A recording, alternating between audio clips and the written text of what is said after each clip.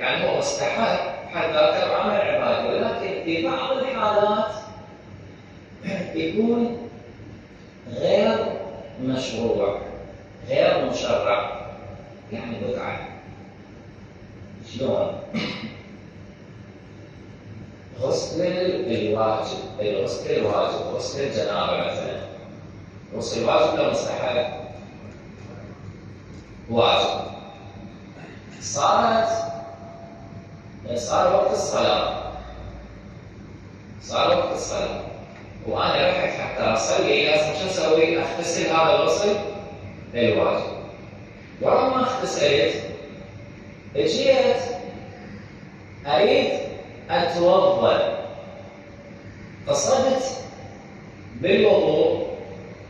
ايش قصدت؟ نية الوضوء الواجب كونه مقدمة للصلاة. بالكم يعني؟ هو الوضوء مستحب، ولكن أنا حتى أصلي وأنا ما متوضي، شو يصير هذا الوضوء؟ راح يصير واجب. ليش؟ لأنه مقدمة واجب. هاي الحالة يا حالة اللي أنا علي غسل واجب، ورا ما اغتسلت الغسل الواجب رحت للوضوء نويته على أنه وضوء واجب. فقهاء يقولون هذا الوضوء غير مشرع. ليش؟ لأن ما مطلوب من عندك. بالأصل أنت مطلوب منك أن تكون على طهارة حتى تصلي. أنت صرت على طهارة شو وقت؟ لما اغتسلت هذا الغسل الواجب. واضح؟ هسه الآن أنت صرت على طهارة، واجب عليك تتوضأ حتى تصلي. واضح إن شاء الله؟ لو لا، مو واجب عليك تتوضأ حتى تصلي. ليش مو واجب عليك تتوضأ بهاي الحالة؟ لم يجاوبني.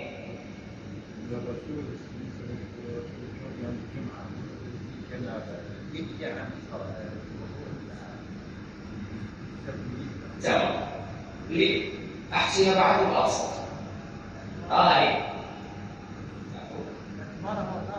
أحسنت. أنا مطلوب مني حتى أؤدي الصلاة، أو حتى أؤدي الطواف، أو حتى أؤدي الصيام، أو حتى أؤدي قراءة القرآن، أو أدخل إلى المسجد. كل هذه الأمور اللي لابد أن أكون على طهور. مو تمام؟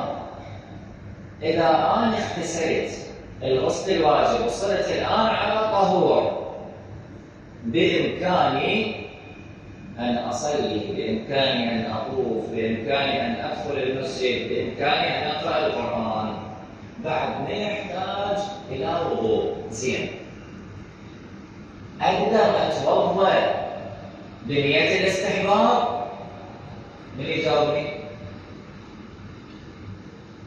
أحسنتم. الوضوء بحد ذاته هو عمل مستحب، حتى لو كنت غاسل مغتسل وأريد أتوضأ للاستحباب. الوضوء بالواجب يقولون نور على نور. يستحب عليكم السلام، يستحب إعادة الوضوء. مثلا أنا توضأت وصليت صلاة الفجر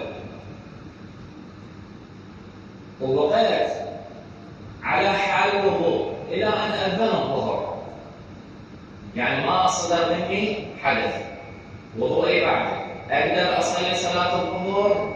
أقدر أصلي صلاة الظهر. زين، صلي صلاة الظهر وبقيت على حال الوضوء. أقدر أصلي صلاة المغرب والعشاء؟ أقدر. زين، يصير أتوضأ صلاة الظهر؟ يصير. ليش؟ لأن الوضوء بحد ذاته مستحب. إعادة الوضوء من الأعمال المستحبة، ولكن إذا قصدت هذا الوضوء أنه واجب، هنا الإشكال. ليش؟ لأنه أنت جبت تشريع، أنت مطلوب منك تكون على طهور، اغتسلت وصرت على طهور، أنه بتيجي تقول أنا أنوي هذا الوضوء بنية الوجوب، حتى لأنه إذا ما توضأت ما أقدر أصلي. مو تمام؟ نقول لا، هذا الكلام مو صحيح. الغسل الواجب هو يكفي، وبإمكانك أن تصلي، بإمكانك أن تطوف. أما تقول أنا أريد أبدي استحباب، أريد أتوضأ، نقول ماكو مشكلة، الوضوء نور على نور. أنا ليش أحكي بهاي القضية؟ إحنا أعمالنا نأتي بها قربة إلى الله سبحانه وتعالى. من هاي الأعمال الوضوء، أتوضأ قربة إلى الله تعالى. زين هذا الوضوء إذا ما كان مطلوب مني أو ما كان مشرع، ممكن أتقرب به إلى الله سبحانه وتعالى؟ لا، ما ممكن. فإحنا حتى الأعمال المستحبة، يعني مثلا يوم أول الشهر أكو صلاة مستحبة، تمام؟ أنا من عرفت أكو صلاة مستحبة؟ مو كيفي، لا، هي رواية عن المعصومين سلام الله عليه، أو الفقيه المجتهد قال لي. طبعا وانا يدري به وما يحشي من يمه، ليش؟ لانهم امناء الرسل، تمام؟ فهذا المستحب لابد يكون عندي دليل. اما انا من يمي وقفت وصليت مثل الجماعه صلاه التراويح وياها، يابا انتم مين جبتوها؟ قالوا هاي السنه. يا سنه من هاي؟ الرسول صلى الله عليه وآله ما ورد عنه، قال لا، سنة واحد آخر غير الرسول صلى الله عليه وآله.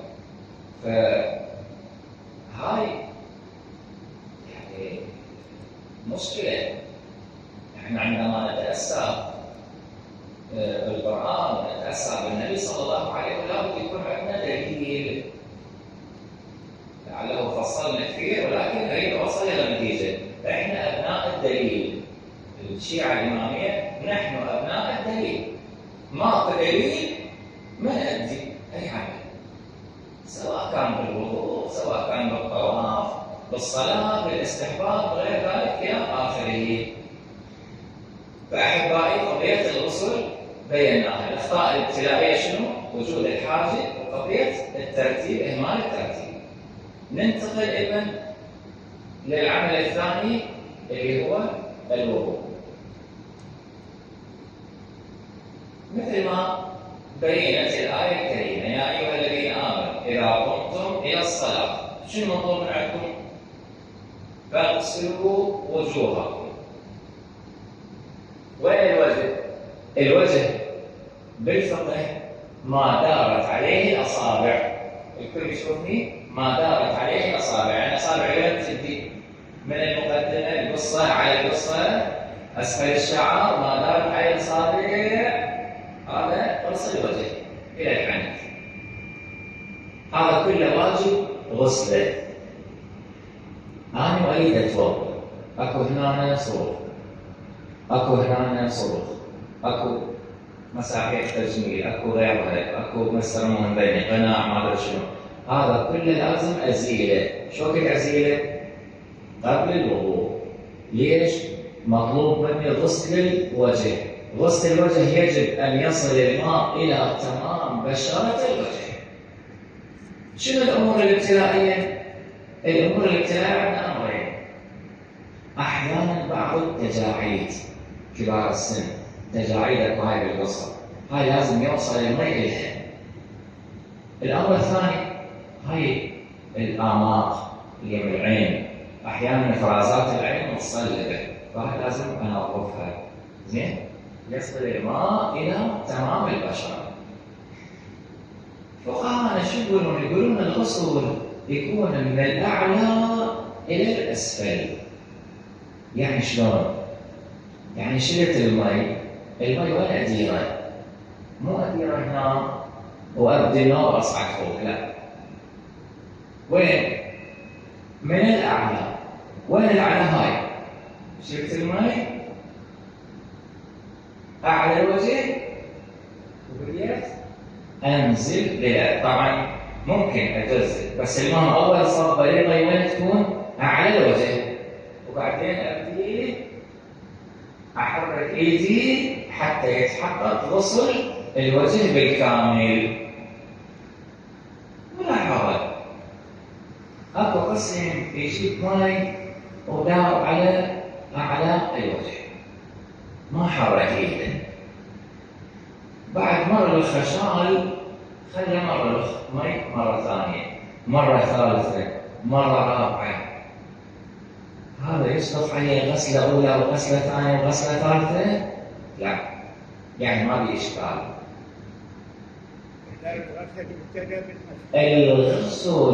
الغسل يبدا بتحريك اليد على الوجه، واضح؟ طبعا الحاله الطبيعيه انا اشيل المي واخلي على وجهي وابدي احرك من الاعلى الى الاسفل. بس لو فرضنا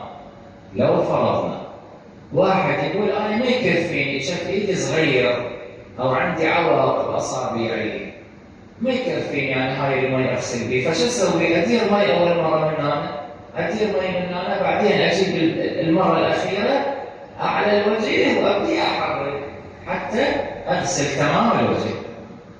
عندنا بيها مشكله؟ ما عندنا بيها مشكله. مشكلتنا وين؟ نريد نغسل تمام البشره، تمام الوجه، ويكون الغسل من الاعلى الى الاسفل. هذا واضح؟ احد عنده لي مشكله غسل الوجه؟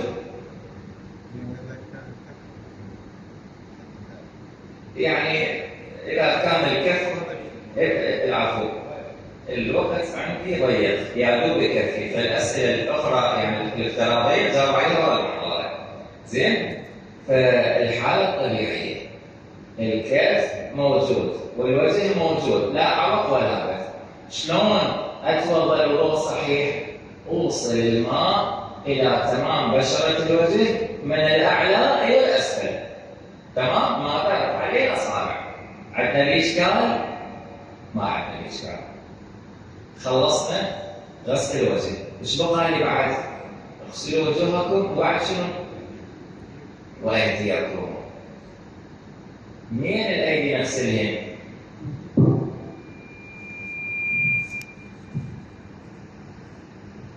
المرفق، مرفق اليد، هذا العكس، مرفق اليد. زين، وين اصب الماء؟ طبعا اول مره اغسل اليد اليمين، منين ابدي؟ المرفق، هذا العكس، المرفق. انا شو اسوي؟ من باب الاحتياط اصب الماء اعلى بقليل، يعني مو هذا المرفق المفصل شويه اصعد لي فوق، بعد من فوق المفصل وابدي اغسل الى الاسفل، من الاعلى الى الاسفل. زين، يصير جوا المرفق ولو بسنتيم، خلينا نقول يصير. هذا المرفق انا اجيت وقلت ماكو فرق، بس هي الايد شطوها، انا ريت منها ادير المي وانزل لي جوا، يصير هذا الوضوء باطل. ليش؟ الواجب علي القرآن شو يقول؟ من المرفق. انا حتى احرز انه من المرفق الى الاسفل كل الغسل، شو اسوي؟ اصعد، يسمونها المقدمه العلميه، احتياطا، احتاط، فشيء بسيط من فوق المرفق. ولكن انا ايش قاصد؟